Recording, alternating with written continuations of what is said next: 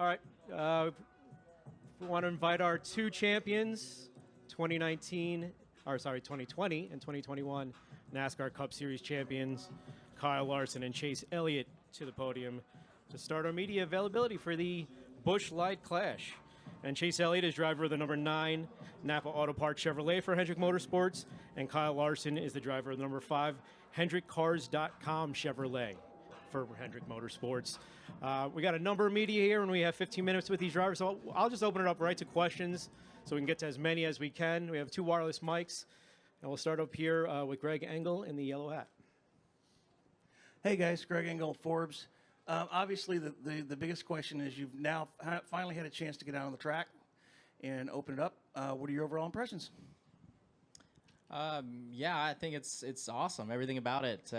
You staging outside, driving through the tunnel, getting out there. It all kind of has that grassroots feel to it a little bit. So I feel like NASCAR did an amazing job with the racetrack and just so far everything. I don't really have any comments of concern. So I think that's something good because like a lot of time us drivers think we're way smarter than NASCAR and we could have did a better job than them with whatever they were doing. So hats off to NASCAR and what they've done to build a racetrack here. So I look forward to the rest of the weekend, and I know it's going to be a great event.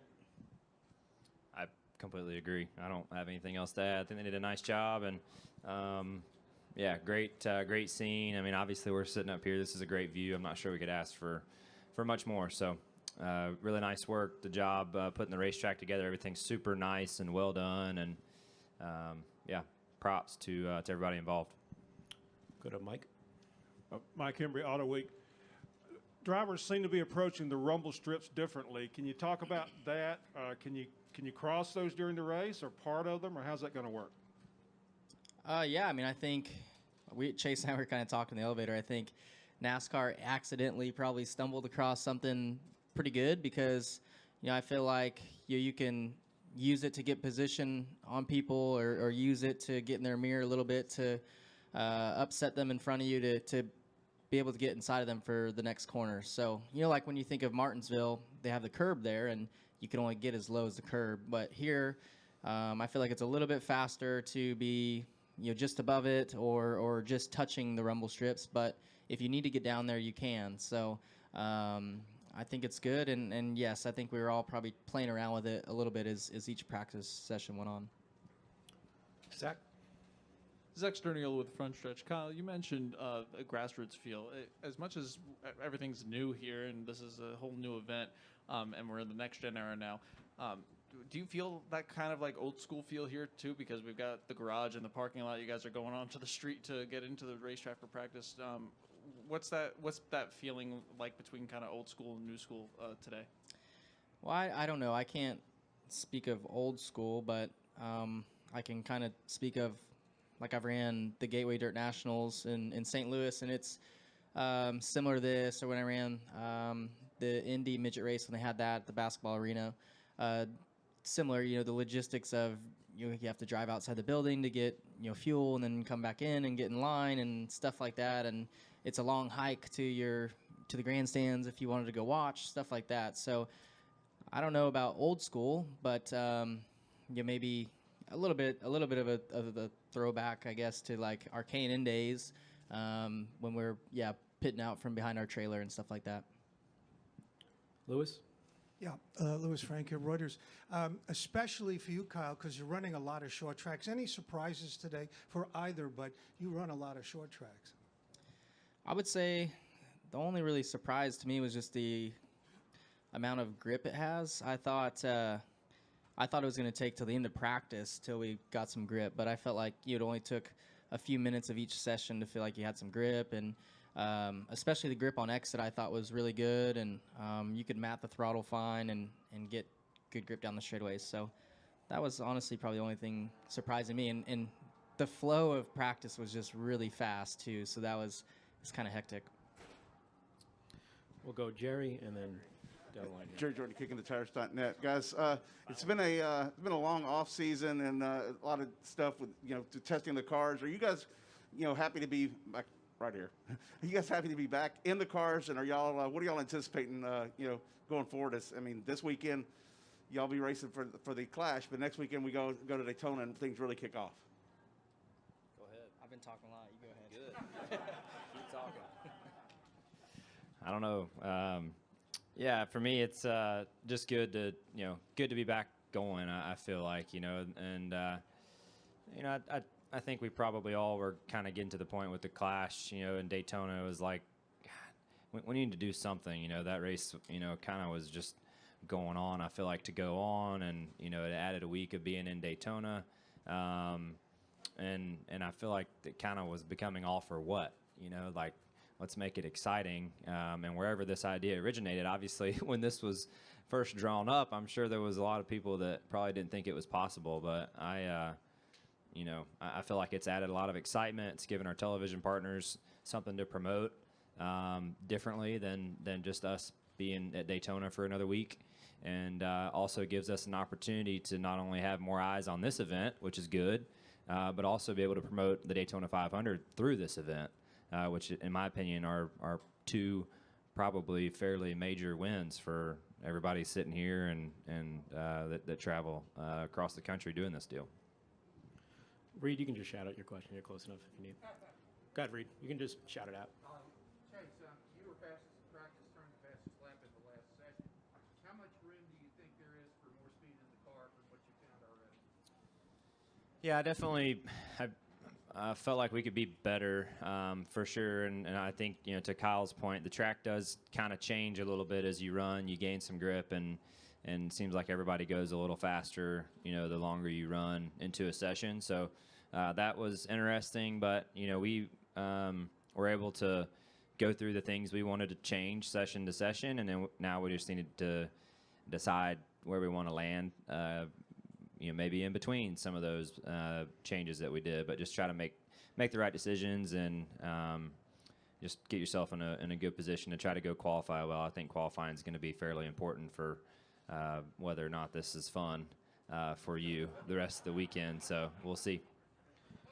Lee, do you want to shout out? And then we'll go to Bob. I was wanted to kind of follow up on that. I saw some guys using their bumpers to move guys out of the way, and I'm just wondering, with this new car, how forgiving is it to make that kind of contact? And if you were on the receiving end, how easy was it to get your car back going if either one of you experienced that during the session? I don't remember getting hit or hitting anybody yet. Yeah, and same with me. I haven't yet, but it looks like on TV it seems the same as before. Yeah, like a Martinsville type impact. It's looked a lot like that, but again, I'm not 100% sure. Bob? Oh yeah. I could see that coming to life. Yeah. Yeah, Bob. I do feel like though if you're fast enough, you don't really have to because you have room to pass people now. Or with the rumble strips, you don't have to use it like you would at Martinsville, which you don't have to at Martinsville either. But I think you could even honestly use it less here. I may have missed this, but what speeds did you reach during your practice sessions, and what speeds do you expect to reach tomorrow during the race? I think we're about 70, 75, somewhere in there. Probably top speed, averaging, probably 65, something like that. 66, there you go. Probably slow as 40, 35? I don't know. Pretty slow. But you don't have to go fast to put on good racing either. Yeah, I was going to follow up. First, do you know how you're going to pass somebody yet? Can you go inside? Can you go outside? I don't think you're going outside, in my opinion, but maybe. And Chase, your car and several other cars had, scrapes on the wheel wells. Did the car react any differently when you scrubbed the wall?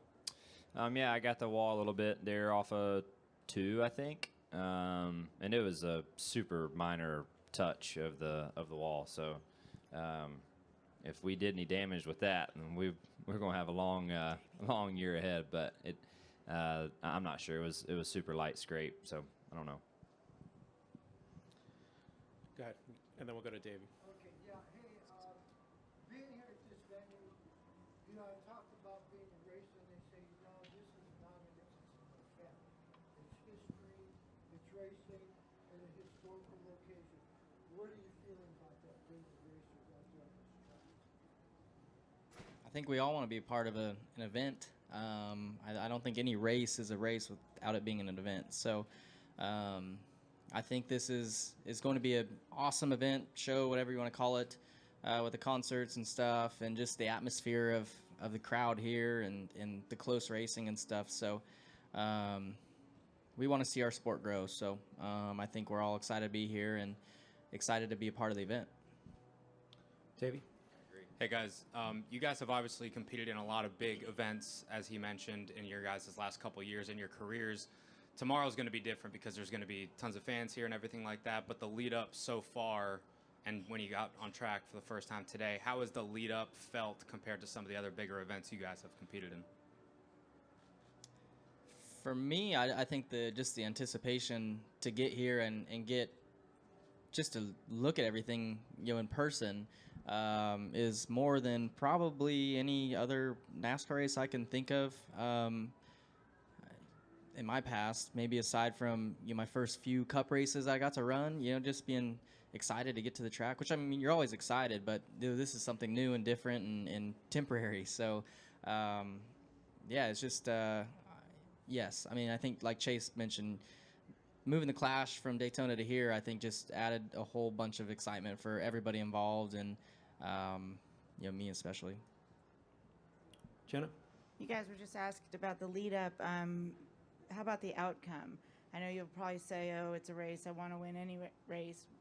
What are the stakes of this race personally, and is it important to win it? What lengths might you go to be the Clash winner in the Coliseum?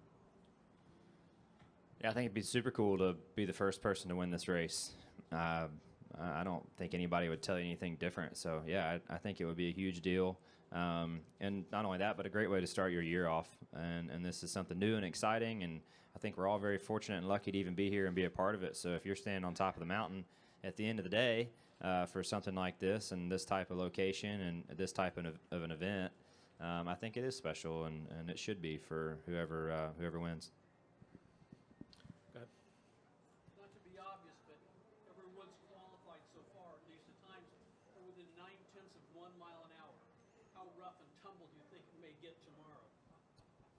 Well, I think that's skewed, because the track is so small, so a tenth, if you're faster than someone by a tenth of a second, that's a pretty large chunk, and you can really see that and feel that inside the car. So if a guy has a tenth on you or a half a tenth on you, he's going to have a fairly significant advantage over you as he catches and likely passes you. Go to Justin in the back. Yeah, Justin Schuler, Kicking the Tires. Real quick, did either of you see the list of final practice results by chance with all the other names? I haven't. Because I wanted to run by a few and just get your thoughts. Justin Haley ran 4th fastest. Landon Castle with 8th. Cody Ware was 13th. Does that kind of surprise you at all with seeing some of these names that aren't usually up front, to see them up front like that? Or do you feel like that's the track, the car? What are your thoughts on seeing kind of like the mix of new names kind of shuffling around? I don't think. No, I guess I wasn't surprised. I don't know if you were, but I think it's just a combination of probably mostly the track just being as small as it is, and it just allows other people to be closer and stuff and speed. And I think too, the car being new and the first weekend in it, I think there's still a lot of good teams with a lot of resources still trying to figure things out, as everybody is. So I wasn't too surprised. I think more surprised at guys who you would expect to be really fast that weren't. I think those are the ones that stand out more than the teams that are maybe underfunded that are up to speed. We got time for 2 more. We'll go to Jeff and then Dustin. Chase, you're a big sports fan. Any other stadiums you'd really like to race inside if you had your way? Yeah, man, that's a good one. I haven't really ever thought about that. Like stadium in particular, I haven't really thought about that. But I have always really admired Supercross and what they do. And I feel like those guys being able to race in indoors and in stadiums and their product is a little more logistical to make that happen regularly. Obviously, they have a season of doing it, But I've always admired that, and I always felt like that attracted a different fan base because of it, because it's in a big city, because it's easy to get to. Just a little different vibe. And I've always thought that that was a really nice feel for a motorsport event to go towards for the future. So I wish that, four-wheel racing could do more of that. But I mean, there's great stadiums across the country that I think would be great to race in, but this is just not a logistically practical thing to do every week for us. And we have a great product elsewhere too that we can massage and make really good and make successful for a long time. So it's just different. It's maybe we can do this again. I don't know, but it's a tough thing to do each week, I feel like. And we'll wrap with Dustin.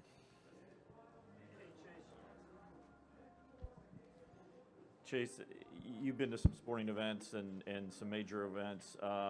Obviously, there is a fan experience at the NASCAR event, but it's also a little bit different from some of these other events. And you see, this weekend with the concerts and things like that. How much more of that can be incorporated, or does the sport need to look at, and what that can mean from a fan perspective, and how you view it also as a competitor? Well, I guess it depends on what you're into. Like I never go to an event for the halftime show, so like that's just me. I don't go to a major sporting event for what they have scheduled on the side. So if I was coming to this event, it'd be to watch a NASCAR race and to watch a really good short track race on asphalt would be why I would be here. But obviously there's going to be different opinions on that as time goes. Chase, Kyle, thank you so much for your time, and good luck tomorrow. Thank you. Thanks.